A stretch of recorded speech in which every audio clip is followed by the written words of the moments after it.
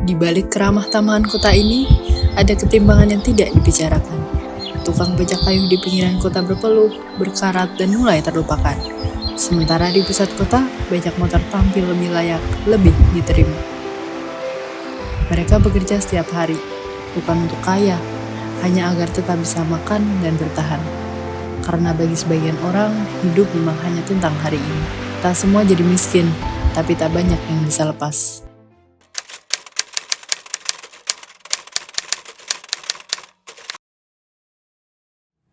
Oh, saya Bapak Widodo, rumahnya Pogung Rejo, RT 15, RW 51. Umurnya 52, nggak tahu. 53, 52, sekitar itu.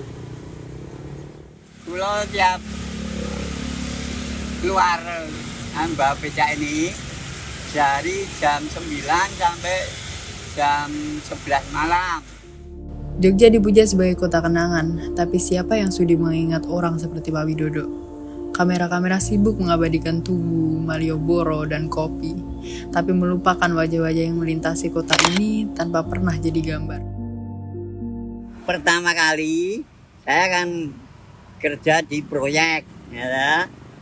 Proyek tapi cuma di tetangga-tetangga bila mana diperlukan tenaga saya. Kenapa nggak jadi ojek online aja? Pertanyaan itu terdengar simpel, tapi syaratnya tidak sesederhana itu. Jadi ojek online butuh KTP aktif, nomor layak, smartphone, kuota, dan modal.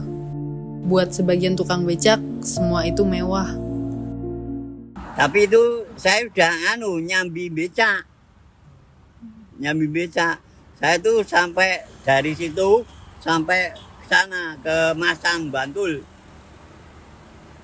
Itu padahal jam 11 malam tak antar. Dulu baru sampai sana itu 12.30. Ayo sekarang kan 50 aja nggak mau. Dulu baru 12.30 itu. Kalau sekarang itu sekarang udah kalah sama itu Gojek, gitu. Kan online. Pokoknya betulnya kalau punya online betulnya laku, tapi kan saya nggak bisa itu.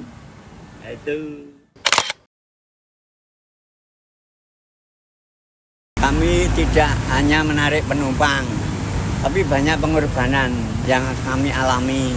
Seperti di sekitar saya, banyak makan di atas becak, tidur di atas becak, hingga meninggal di atas becak.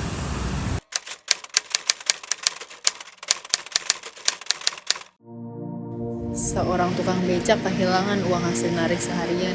Dompetnya dibuang, isinya diambil. Bukan pertama kali dan mungkin bukan terakhir kali. Pernah juga ditabrak beberapa kali, tapi ia tak pernah minta ganti rugi. Apalagi yang saat itu menabraknya seorang bapak tua. Sudahlah, katanya. Sebab luka di besi lebih mudah diperbaiki daripada melukai perasaan sesama yang sudah sama-sama letih. Karena baginya, kehilangan adalah rutinitas. Nama Bapak Slamet, usia 70 tahun, asal Salaman, Magelang. Usia saya itu 70 tahun. Udah enggak punya keluarga, saya udah habis. Keluarga saya itu udah enggak ada, mati semua, cuma kali saya yang hidup itu. Terus kerjanya saya cuma dayung becak gitu. Kalau ditubruk itu motor, mobil itu udah biasa, dianggap biasa. Udah puluhan tahun di jalan, udah biasa. Kalau becak ditenggel motor, ditenggel mobil, barang itu kalau nyablak itu biasa. Kayaknya itu saja di Jogja kembali itu baru saya tak ini. Tabrak motor. Bapak minta ganti rugi? Enggak, orang tua yang nubruk kok. Kalau cangkem ya saya kasih dandal ketok aja. Itu kejadian berapa kali Pak kayak gitu Pak? Ini baru 2 kali kalau becak yang ini. Ini kan becak termasuk baru. Yang dulu itu saya jual 1.200.000. Beli dulu berapa? 600. Kalau maling gitu pernah? Ya? Kemalingan gitu pernah? Wah, nah kalau di jalan itu Esak itu didedeli udah pernah.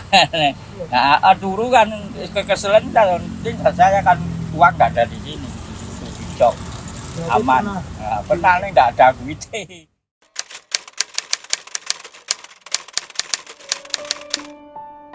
Di kota yang menjual keramahan, seseorang masih bisa mati meski sesekali ada yang memberinya makan. Karena keramahan kadang hanya datang sesekali, bukan kepedulian yang benar-benar tinggal. Jadi untuk kasus ini kejadiannya korbannya siapa Pak? Korbannya Pak Diki, tapi komplinya nggak tahu, cuma nganu gitu loh. Pada paling Diki, tapi Pak Diki. Umurnya sekitar 64, aslinya Bandung. Itu kejadiannya ya kayak orang tidur gitu Mas.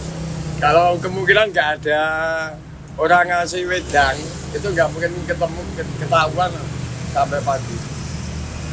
Kan setengah 8 dikasih nganu, setengah 8 lebih kan ada biasanya dari gereja tuh loh ngasih minuman, mau minum apa, sama uang 5.000, kadang-kadang 9.000, sama roti. Nah itu di nganu sama teman saya dimintakan gitu loh. Itu Apa dan setengah 9. setengah 9 malam berarti Pak? Setengah 9 malam waktu ketemu tahu matinya gitu loh.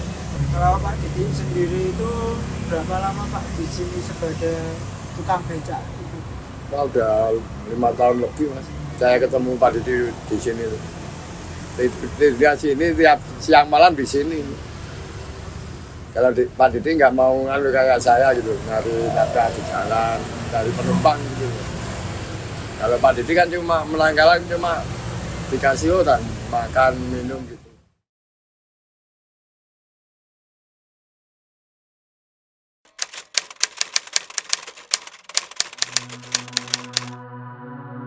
Ilmu bela diri katanya buat membela yang lemah.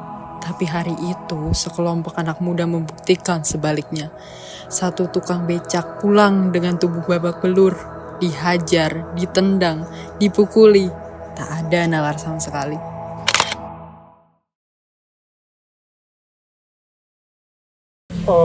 Kalau identitas korban itu saya kurang tahu juga ya Mas. Ini masalahnya saya kenalnya cuma di sini sebagai bapak tukang becak aja, becak bentor. Kalau sering nyebutnya itu Pak Brewok namanya. Ini jalannya ini TKP, ini jalan Penemban Senopati Mas, parkiran depan UI. Ya, kalau kronologi waktu kejadian yang tukang becak dikeroyok itu Mas, itu kan kronologinya gini sekitar jam 8, jam 9-an Mas, ya saya itu ya. Harinya tuh hari Sabtu kalau nggak Minggu.